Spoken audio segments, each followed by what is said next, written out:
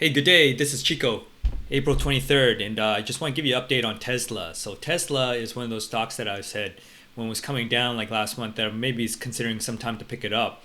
And yesterday, it had earnings and it missed expectations, which I believe they're guided down expectations.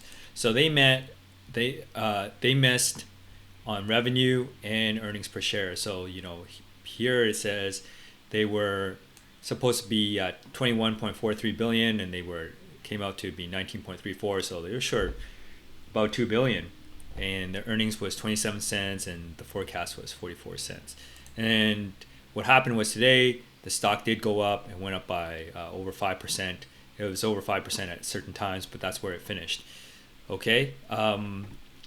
Yeah, I listened to the webcast for their conference call, and well, first let's look at the deck. So here's the deck. Here's where the breakdown of the revenue is. And you can find this deck off their website.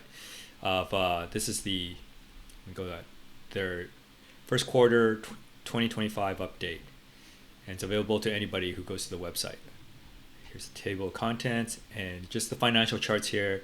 So automotive came in at 14 billion, and here's the rest: 30 for energy generation, storage, and service and other revenue, 2.7, 2.6.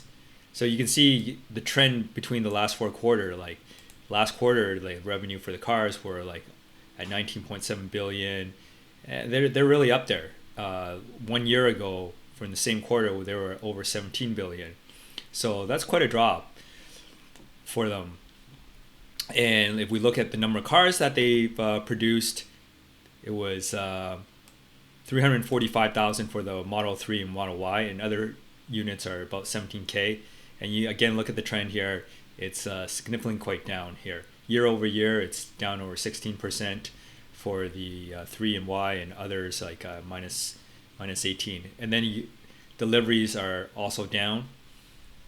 So on the call, Elon, talked about how his time at Doge will wind down and he'll spend more time at Tesla, but he will still continue to support Doge.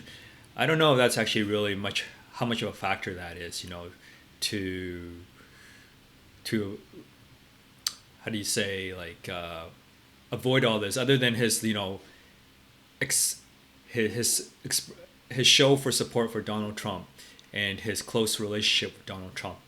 So I mean believe that has like hampered his image and linked and is linked with the Tesla image and resulted in these numbers, which is in my opinion atrocious. Especially since, like, I heard other car manufacturers, people are trying to buy cars before they rush to buy cars before the the tariffs, and also people were, for in the EV sector in certain markets, they EVs were up and Tesla was still falling. Okay, so in the call he admitted to that it might be a rough year for them, and they took away any forecasts, and they said we'll have to wait until the next quarter to provide better visibility on that. And so I think it's going to be potentially a lot of sideways actions for Tesla. I don't know if they're going to go down any further. I'm guessing not, unless the tariffs, which the tariffs have such a severe impact where that it impacts all stocks and not just Tesla itself. But that's quite unpredictable.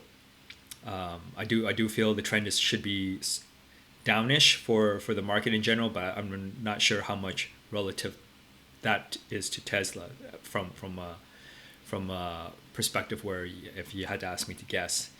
And then other than that, there hasn't been too much updates on the AI, robo cabs and Optimus. I mean, there were updates, but nothing like new and thrilling to trying to prop up their stock, using that as kind of the narrative to prop up their stock.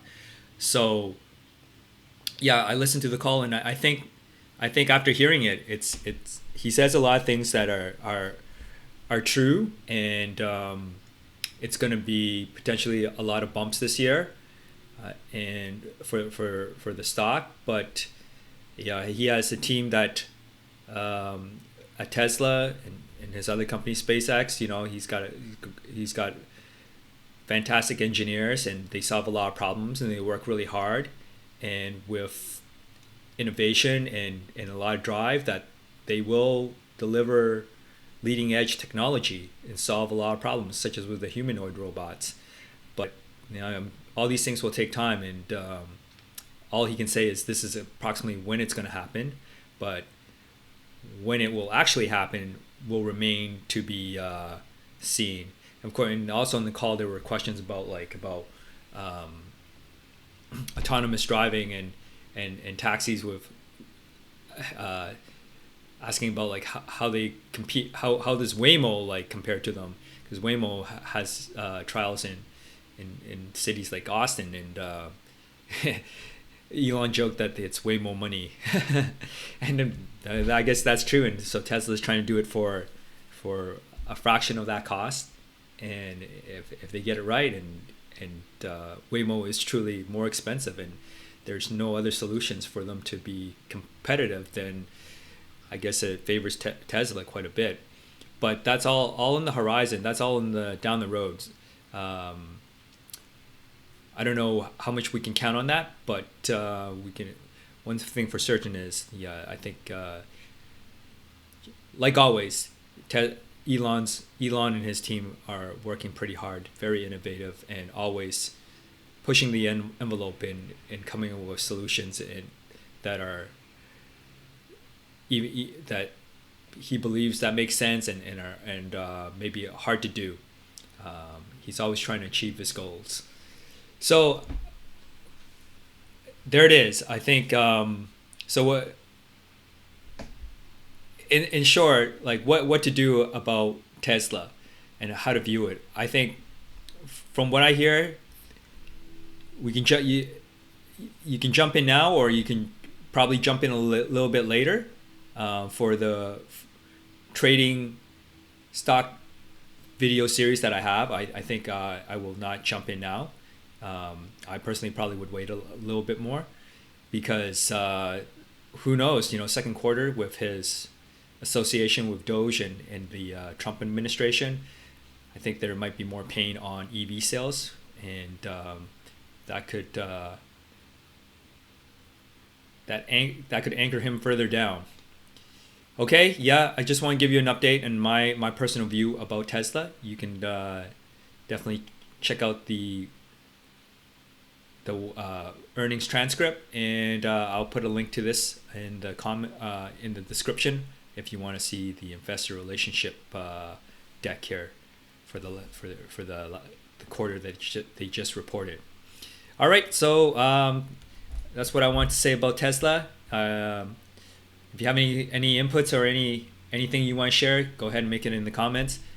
Catch you next episode. Don't forget to like and subscribe.